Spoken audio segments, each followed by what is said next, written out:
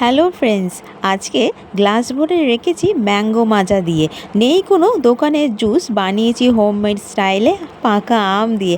এতদিন কাঁচা আমের রেসিপি দেখেছি, এইবার পাকা আমের রেসিপি দেখাবো। তাই এবার থেকে মাঝে মাঝেই পাকা আমের রেসিপি বানাতে থাকবো আমি, আর শেয়ার করতে থাকবো তোমাদের সাথে। তাই চলো শুরু করে দিই আজকের পাকা আমের রেসিপি। বানাবো আজকে হোমমেড স্টাইলে মাজা। দোকানে তো মাজা কিনেই খাই আমরা, বাড়িতেও পাকা আম দিয়ে আজকে মাজা বানাবো। ঠিক ভালো লাগবে দোকানেরই মতো। যদি বাড়িতে বানিয়ে রাখা যায় ফ্রিজে স্টোর করে, তাহলে কেমন হবে। চলে এসো তাড়াতাড়ি করে। আমি এখানে একটা হিমসাগর নিয়েছি আর 4টে টক মিষ্টি আম নিয়েছি। টাইম অ্যাডজাস্ট করার জন্য আগে থেকে প্রত্যেকটা আমের খোসা ছাড়িয়ে রেখে দিয়েছি। এবার শুধু ছোট ছোট টুকরো করে রাখবো, এতে তাড়াতাড়ি রেসিপিটা তৈরি হয়ে যাবে। এখানে টক মিষ্টি আম নিয়েছি 4টে করে। বাড়িতেই কাঁচা আম রাখা ছিল, সেটা পেকে গেছে, সেটা টক মিষ্টি ফ্লেভারটা রয়েছে। আর হিমসাগর নিয়েছি একটা, তোমরা চাইলে 2টো নিতে পারো। এই 5টা আম দিয়েই আজকে ম্যাঙ্গো মাজা তৈরি করবো, পুরো 1 বোতলের মতন হবে। তাই আটি থেকে যতটা পারা যায় আম কেটে কেটে টুকরো করে নেব। আজকের এই ম্যাঙ্গো মাজা বানাবো হোমমেড স্টাইলে। কোনো রকম ফুড কালার ইউজ করবো না, আর কোনো রকম কেমিক্যাল ইউজ করবো না। ফ্রিজে থাকবে একদম 3-4 দিনের মতন, বেশ ভালোই থাকবে, ফ্রেশ থাকবে। আমার এখানে আম কাটা হয়ে গেছে। এবার একটা ভালো একটা শুকনো প্যান আমি রেখে দিলাম ওভেনে। এইবার একটা ইম্পর্টেন্ট কাজ করতে হবে আমাকে, তার জন্য মিক্সার লাগবে অবশ্যই, কারণ কোনো মতে শিলে পেস্ট করা যাবে না, খাটনি হবে বিশাল। আর এছাড়া হাইজিনও তো মেনটেন করতে হবে, তাই কোনো রকম খাটনি খাটতে যেও না, মিক্সারই নিয়ে নাও, সব থেকে সহজ উপায়। তাই একটা স্পুন নিয়ে নিলাম আর প্রত্যেকটা আমের স্লাইস মিক্সার জারে ঢেলে দেবো। পেস্ট করে নিতে হবে একদম স্মুথ করে। আরও একটা কথা বলে রাখি, এখানে খুবই ইম্পর্টেন্ট কথা বলছি, ভালো করে শুনে নাও। আমি এখানে ম্যাঙ্গো মাজা বানাচ্ছি একটা হিমসাগর আর 4টে টক মিষ্টি আম দিয়ে। তোমরা যদি টক মিষ্টি আম যদি না পাও, তাহলে 5টা হিমসাগর বা 4টে মিষ্টি আম নিয়ে নেবে, আর একটা কাঁচা আমের হাফ স্লাইস কেটে একসঙ্গে পেস্ট করে নেবে। তাহলে টক মিষ্টির ব্যালেন্সটা ঠিকঠাক থাকবে। এখানে কিন্তু টকের কথা বলছি, কিন্তু অতিরিক্ত কোনো রকম টক থাকবে না, জাস্ট হালকা স্লাইট টক থাকবে।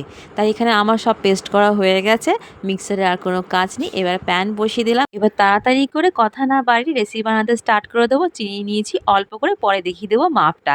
প্রথমে অল্প করে ছোট বাটির মাপে জল দিয়েছি গরম করতে বসিয়ে। জল যখন গরম হয়ে যাবে, তখন পেস্ট করে রাখা পাকা আমের পাল্প ঢেলে দেবো। ডাইরেক্ট প্যানে দিলাম না, তাহলে পাকা আমের যে টেস্ট আর ফ্লেভার নষ্ট হয়ে যেতে পারে বা পুড়ে যেতে পারে। তাই একটু করে জল মিশিয়ে গরম করে পাকা আমের পাল্প দিয়ে সমানে নাড়তে থাকবো, যাতে পুড়ে না যায়। গ্যাসের ফ্লেম থাকবে মিডিয়াম ফ্লেমে। আরও একটা কথা বলে রাখি, এখানে কিছুটা জল আমি গরম করে রেখেছি আগে থেকে। তাই মিক্সার ধোয়া জল ঢালতে হবেই, পাতলা করতে হবে, যেহেতু ঘন আমের পাল্প। তাই সেই কারণে 2 গ্লাসের মতো জল গরম করে রেখেছি, আর আমের পাল্পের সঙ্গে বেশ অল্প অল্প করে ঢেলে একসঙ্গে মিক্স করতে শুরু করে দেব। একদম পুরো পাতলা হবে। যেমন দোকানের মাজার টেস্ট সিল্কি আর স্মুথ হয়, ঠিক সেই ফ্লেভারটা আনতে হবে এখানে অল্প অল্প করে গরম জল মিশিয়ে। আর এখানে হাফ বাটির মতো বা ছোটো কাপের 1 কাপের মতন চিনি মিশিয়ে দিয়েছি।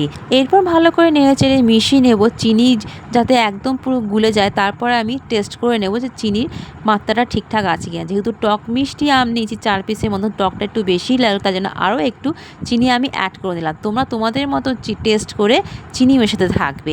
আর লাস্টে আমি হাফ চামচের মতো বিট নুন অ্যাড করে দিলাম, তাহলে টেস্টটা নুন মিষ্টির ব্যালেন্সটা ঠিকঠাক থাকবে। এখানে নুন মেশানি মিশিয়েছি আমি বিট নুন। আর এখানে খুব বেশি মিষ্টি ইউজ করা যাবে না, তাহলে টক মিষ্টির ব্যালেন্সটা একদম পুরো ঠিকঠাক থাকবে। বেশ ভালো করে 5 মিনিট ফুটিয়ে নিলেই রেডি হয়ে যাবে ম্যাঙ্গো মাজা। তবে এখানে কাজ শেষ হয়ে যায়নি, ভালো করে ঠান্ডা করে নিতে হবে। একটা বোলে ঢেলে দিয়েছি, ভালো করে ঠান্ডা হয়ে যাবার পর কিছু বরফ আমি জমিয়ে রেখে দিয়েছিলাম ম্যাঙ্গো মাজার সাথে অ্যাড করার জন্য।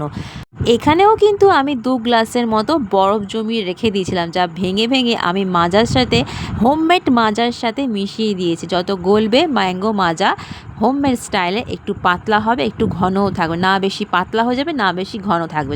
ঠিক একদম বোতল মাজার মতন টেক্সচার চলে আসবে, তখনই আমি একটা সার্ভিং গ্লাসে ঢেলে দেবো। দেখতে কেমন হয়েছে বলো?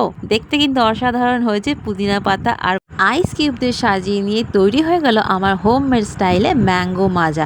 একদম দোকানের মতো। তাহলে একসঙ্গে চিয়ার্স করে খাওয়া যাক ম্যাঙ্গো মাজা। যত খুশি খাও ম্যাঙ্গো মাজা, দোকানে নয়, ঘরে বানিয়ে খাও। তাহলে আজকের এই হোমমেড স্টাইলে ম্যাঙ্গো মাজা রেসিপি কেমন লাগলো প্লিজ লাইক করো, কমেন্ট করে আমাকে জানিও, সাবস্ক্রাইব অ্যান্ড ফলো করে রেখো আমাকে। আমার কিন্তু দারুণ লেগেছে, ফ্রিজে রেখে বেশ কয়েকদিন খাওয়া যাবে মজা করে ম্যাঙ্গো মাজা। আজ তাহলে আসি, দেখা হবে আবার নতুন রেসিপির সাথে। সুস্থ থেকো, ভালো থেকো, সাবধানে থেকো।